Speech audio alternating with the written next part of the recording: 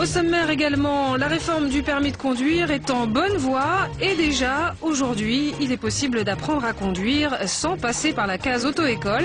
Il suffit de se présenter en candidat libre et d'afficher suffisamment d'heures de conduite au compteur. Ouvrir les joies du créneau et de la priorité à droite sans moniteur, et ce pour 40 à 50% moins cher qu'en passant par une auto-école, c'est tout à fait possible aujourd'hui. Une solution moins onéreuse mais plus risquée. Voyez ce reportage de Bruno Timsit et Jérôme Blois. Pour Elsa Lavigne, le permis de conduire, c'est dans une semaine. Elle a déjà conduit 20 heures en auto-école, mais aujourd'hui, c'est une leçon un peu particulière. Le véhicule est à double commande et pourtant, à ses côtés, ce n'est pas un moniteur, mais son propre père. Pour se perfectionner, elle a choisi de louer un véhicule équipé. Sur la gauche. Ouais, non, t'es pas à la bonne vitesse, ça. Je fais pas gaffe, il y a une limitation de vitesse à 70. Elle a fait ses comptes, moins de 15 € de l'heure contre 40 à 45 € dans une auto-école. J'avais le sentiment de conduire à peu près bien et de connaître les règles de base. Et ce qui me manquait, c'était surtout l'expérience. Et donc, c'est-à-dire conduire. Donc, conduire avec une auto-école avec mon père, c'est à peu près la même chose après, quand on connaît les règles. Selon les auto-écoles, obtenir son permis coûte aujourd'hui 1 200 € en moyenne. C'est même parfois beaucoup plus, 2 000 à 3 000 € en raison des délais d'attente entre chaque session, 4 à 6 mois. Des prix bien au-dessus des moyens d'étudiants, comme Elsa. Du coup, 700 personnes ont déjà fait appel à l'entreprise qui loue ces véhicules, créée il y a 6 mois. Son fondateur ne possède que 5 voitures, mais ne compte pas en rester là. Son créneau, compléter la formation des auto-écoles.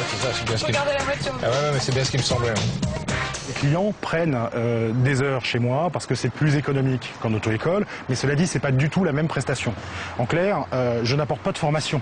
Donc le prix de l'auto-école à 45 € n'est pas abusif. C'est un prix marché qui est cohérent. Par contre, ce qui n'est pas cohérent, c'est qu'il n'y a pas la possibilité de faire du travail à la maison, comme je dis communément. Et donc, tout ça peut très bien fonctionner ensemble et non pas dans une relation concurrentielle.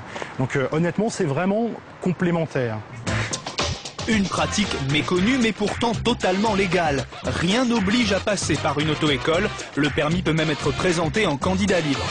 Et question sécurité, le père d'Elsa reconnaît s'être fait quelques frayeurs au début. Mais aujourd'hui, à la 14e heure, plus aucun problème.